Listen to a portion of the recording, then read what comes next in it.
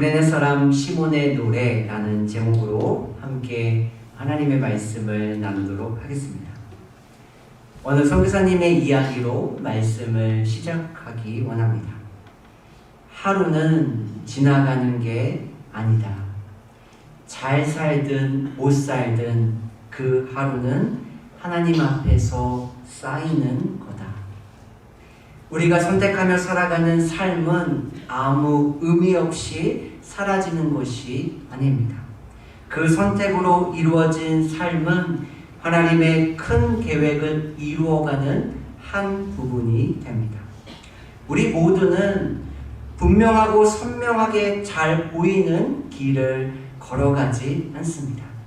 때로는 선명하고 분명하게 보이기도 하지만 대부분은 보일 듯 말 듯 가리워진 길을 우리는 걸어갑니다. 그 안개와 같은 길을 믿음으로 한 걸음 한 걸음 걸어가는 삶의 모습이 순례자의 삶입니다. 하나님께서는 그 믿음의 선택을 사용하셔서 잘 살든지 못 살든지 그 삶을 하나님의 계획으로 인도하십니다. 오늘 본문에 구레네 사람 시몬이 등장합니다. 구레네라고 하는 지역은 지금의 리비아 지역입니다. 이 지역에는 경건한 유대인들이 많이 살고 있었습니다. 오순절 날에 사람들이 함께 모여서 하나님 앞에 기도했습니다. 그리고 약속한 성령을 그 기도하는 사람들이 경험했습니다. 그리고 그 사람들이 다른 언어로 말하기 시작합니다. 그곳에 자기의 고향에서 예루살렘으로 온 많은 사람들이 있었습니다. 그 중에 구레네 지역 사람들도 포함되었습니다. 사도행전 2장 10절입니다. 부르기아와 밤빌리아, 애굽과 및 구레네에 가까운 리비아 여러 지방에 사는 사람들과 로마로부터 온 나그네 곧 유대인과 유대교에 들어온 사람들과 그곳에 모인 많은 사람들 중에 구레네에서 온 사람들도 있었다라고 기록하고 있습니다. 그뿐만이 아닙니다. 그 구레네 사람들은 자신들의 회당을 가지고 있었습니다. 사도행전 6장 9절입니다. 이른바 자유민들 즉 구레네인, 알렉산드리아인, 길리기아와 아시아에서 온 사람들의 회당에서 어떤 자들이 일어나 스데반과 더불어 논쟁할세. 그 지역에서 온 사람들은 하나님의 말씀을 배우고 가르치는 회당이 있었습니다. 한 걸음 더 나아가 그들은 복음을 전하기도 했습니다. 사도행전 11장 20절입니다. 그 중에 그브로와 구레네 몇 사람이 안디옥에 이르러 헬라인에게도 말하여 주 예수를 전파하니. 구레네 지역에서 온 시몬은 경건한 유대인이었습니다. 구레네 지역은 지금의 리비아 샤하트라고 하는 지역입니다. 제가 한 웹사이트에서 그 리비아 샤하트에서 예루살렘까지 얼마나 되는지 한번 측정해 보았습니다. 거리가 1794.2km입니다. 자동차로 운전해서 가면 21시간 16분이 걸리고 만약에 걸어서 간다면 399시간이 걸립니다. 그것을 하루의 일자로 계산하면 약 17일이 소요되는 거리입니다. 지금과 같이 교통이 발달되지 않은 그 시대에는 이 여정은 그렇게 쉬운 여정이 아니었습니다. 그리고 지금은 도로가 잘 준비되어져서 이 정도 거리가 되지만 그 시대에는 조금 더 멀고 조금 더 많은 시간이 소요되었습니다. 그렇다면 구레네 사람 시몬은 왜 이런 쉽지 않은 여정을 통하여 예루살렘으로 온 이유가 무엇입니까? 유월절을 지키기 위해서입니다. 많은 디아스포라 유대인들은 예루살렘에 모여서 함께 하나님을 예배하는 것을 평생의 소원으로 생각했습니다. 특별히 6월절에 예루살렘으로 모이는 것은 가장 중요했습니다. 그래서 쉽지 않은 여정이었지만 6월절을 지키기 위하여 구레네 사람 시몬은 예루살렘에 도착했습니다. 그가 예루살렘에 도착했을 때에 많은 사람들이 모여 있었습니다. 그리고 많은 사람들이 웅성웅성거리는 소리를 듣게 됩니다. 그리고 호기심을 가지고 한 걸음 한 걸음 그곳으로 발걸음을 옮겼습니다. 그때 그가 예상하지 못한 일이 일어났습니다. 무엇입니까? 로마 군인이 그에게 강제로 십자가를 지게 했습니다. 21절입니다.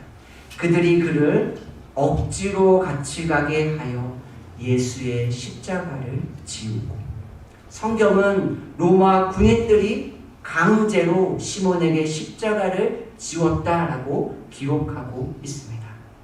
시몬의 마음이 어땠을까요? 단순히 한 사람에 의해서, 한 무리에 의해서 강제로 내가 십자가를 지게 된 그 사실이 불편하고 불만이었을까요? 시몬은 유대인입니다. 유대인들은 하나님의 말씀을 잘 알고 있습니다. 신명기 21장 23절에 이렇게 기록되어 있습니다. 나무에 달린 자는 하나님께 저주를 받았음이니라. 나무에 달린 자는 하나님께 저주를 받았음이니라.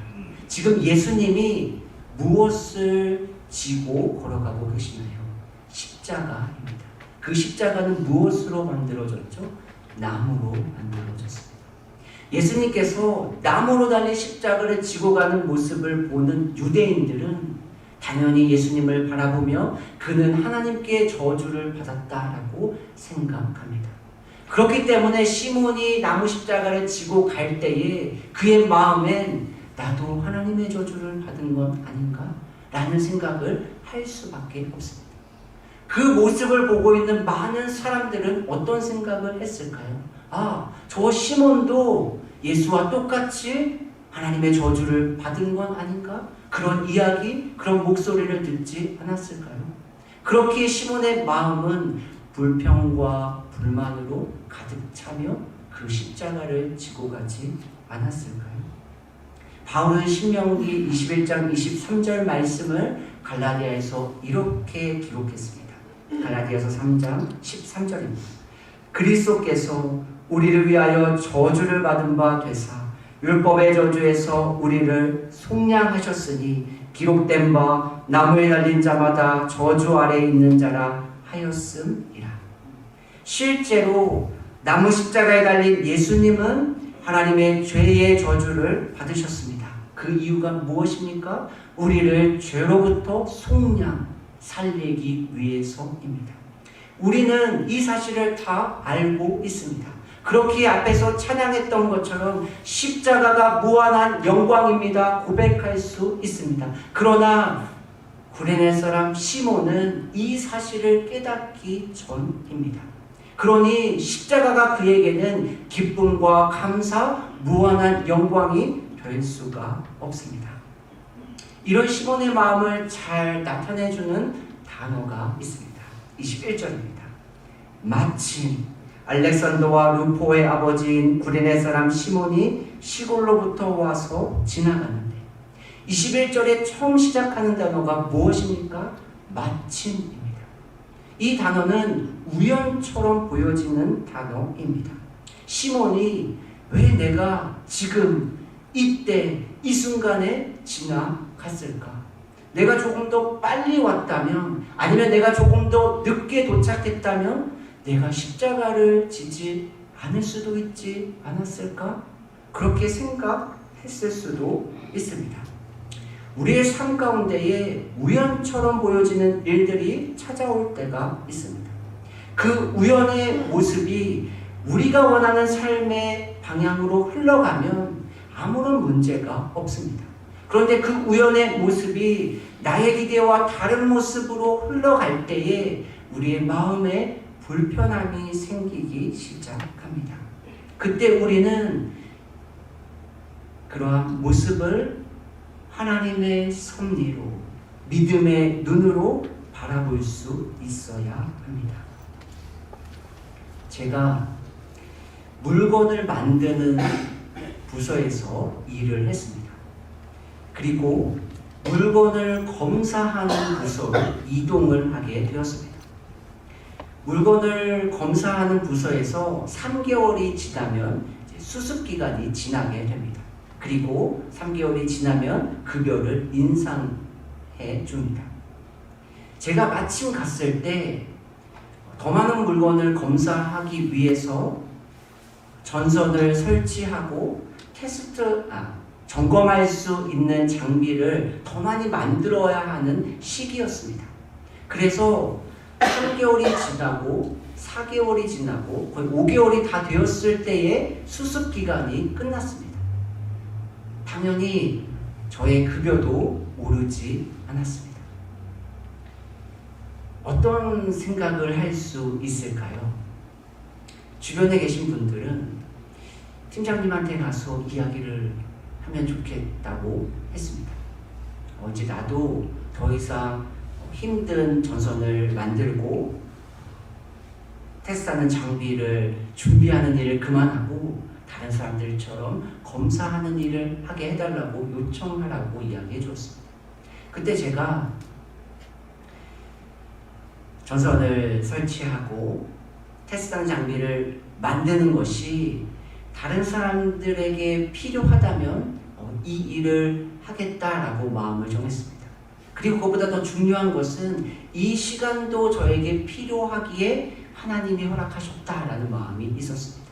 그렇게 어떤 불평과 불만보다는 감사함으로 그 시간들을 보냈습니다.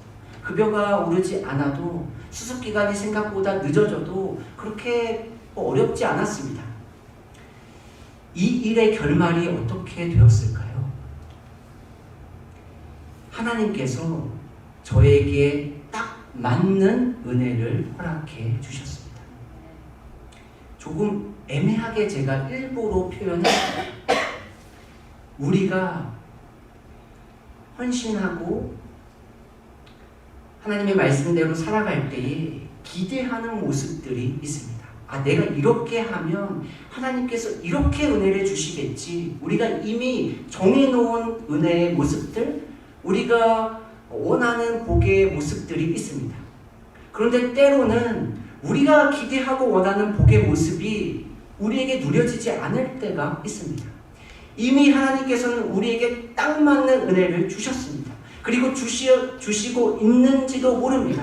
그런데 우리가 상상하는 그 은혜와 복이 아니기에 우리는 내 은혜는 어디 있지? 나의 축복은 어디 있지? 우리 마음이 불편할 때가 있습니다. 그래서 제가 일부러 어떤 결말을 얘기한 것이 아니라 어떤 모습이든지 저에게 딱 맞는 은혜를 하나님께서 허락하셨다라고 나누었습니다. 그렇기에 다른 사람이 어떠한 은혜를 받는지 그 모습은 그렇게 중요하지 않습니다.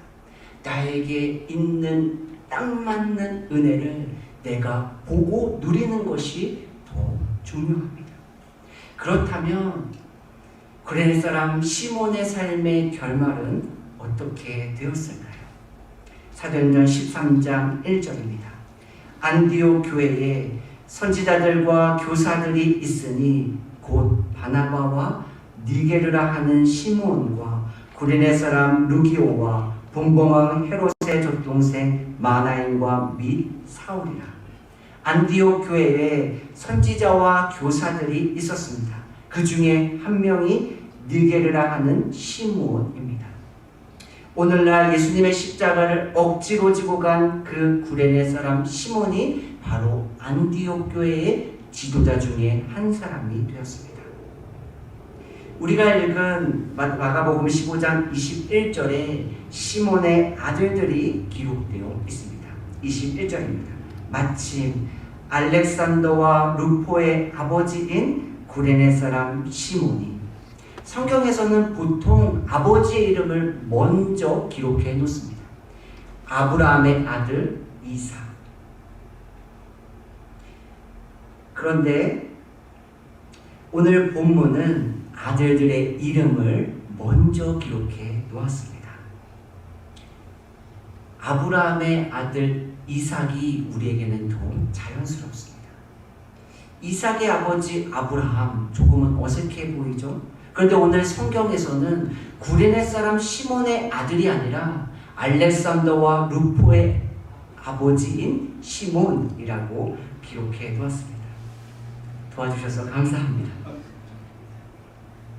왜 마가복음 15장 21절에서는 아들들의 이름을 먼저 기록해 놓았을까요? 그 이유는 그 아들들의 이름을 통하여 아버지를 기억할 수 있었기 때문입니다. 로마서 16장에 사도 바울이 로마에 있는 성도들에게 안부를 전합니다. 그 안부에 시몬의 아들과 그의 아내가 기록되어 있습니다. 로마서 16장 13절입니다. 주 안에서 택하심을 입은 루포와 그의 어머니에게 문안하라. 그의 어머니는 곧 내 어머니니라. 그의 아들들이 사도 바울의 동역자가 되었습니다. 구레네 사람 시몬의 아내인 루포의 어머니는 바울이 나의 어머니라 라고 부를 정도로 바울을 신실하게 섬겼습니다. 이것을 마침 억지로 십자가를 지고 가는 구레네 사람 시몬이 상상할 수 있었을까요? 그런데 마치 우연처럼 보여지는 그 삶의 현장을 한 걸음 한 걸음 걸어갈 때에 하나님께서는 그를 통한 놀라운 계획을 예비해 놓으셨습니다. 이제는 사역의 준비가 되었다라고 생각했습니다. 그때 코로나19가 시작되었습니다. 코로나19에서 일상의 삶으로 조금씩 회복되고 있었습니다. 그때 지금은 이때는 사역이 시작될 때다라고 생각했습니다. 그리고 한국 교회를 제외하고 캐나다 사람들 교회, 중국인 교회에 이력서를 넣었습니다. 실제로 그분들을 만나서 면접을 보았습니다. 중국어로 말하지는 않았습니다. 영어로 소통을 했습니다. 그분들의 사고와 한국 사람들의 사고가 다름을 깨달았습니다. 옳고 그름이 아닙니다. 생각의 차이였습니다. 그래서 그것을 인정했습니다. 그리고 이제는 하나님의 때를 잠잠히 기다리기로 결정했습니다. 그리고 그 이후에 이곳에 오게 된 이야기들은 아마 다 아실 줄로 믿습니다. 함께 예배하시는 분들 중에 왜 하나님 하필 나입니까? 왜 삶이 내가 기대하지 않은 방향으로 흘러가고 있나요? 그 왜라는 질문 가운데 계신 분들이 계십니까? 또는 그 질문에 답하기 위하여 공허함 가운데 계신 분들이 있으세요? 지금은 내가 모든 것을 다 볼 수 없음을 인정할 수 있기를 바랍니다. 그리고 오히려 더 큰 하나님의 계획과 섭리를 신뢰할 수 있는 저와 여러분들이 되시기를 바랍니다. 하나님께서 믿음으로 살아가는 삶의 걸음 위에 안개를 거치시고 하나님의 계획을 뚜렷하게 보이게 할 줄로 믿는 저와 여러분들이 되시기를 예수님의 이름으로 축복합니다. 하나님의 섭리를 신뢰하고 오늘 그리고 한 주간 우리의 평생의 삶을 믿음으로 살아가는 저와 여러분들이 되시기를 예수님의 이름으로 축복합니다. 그래서 하나님께서 나에게 최적화된 은혜를 주심을 누리며 살아가는 저와 여러분들이 되시기를 다시금 예수님의 이름으로 축복합니다. 아멘. 함께 기도하겠습니다. 하나님, 때로는 우리의 삶이 안개와 같이 잘 보이지 않을 때가 있습니다. 우리가 원하는 삶의 방향과 다른 모습으로 흘러가는 것 같은 모습을 볼 때도 있습니다. 하나님, 그때에 하나님의 더 큰 계획과 섭리를 볼 수 있는 믿음의 눈을 허락하여 주옵소서. 그리고 우리의 삶 가운데 예비해 놓으신 나에게 최적화된 그 은혜를 보게 하시고 누리게 하시고 그 은혜 가운데 살아갈 수 있는 우리 모두가 될 수 있도록 주께서 은혜 베풀어 주옵소서. 감사드리며 예수님의 이름으로 기도합니다. 아멘.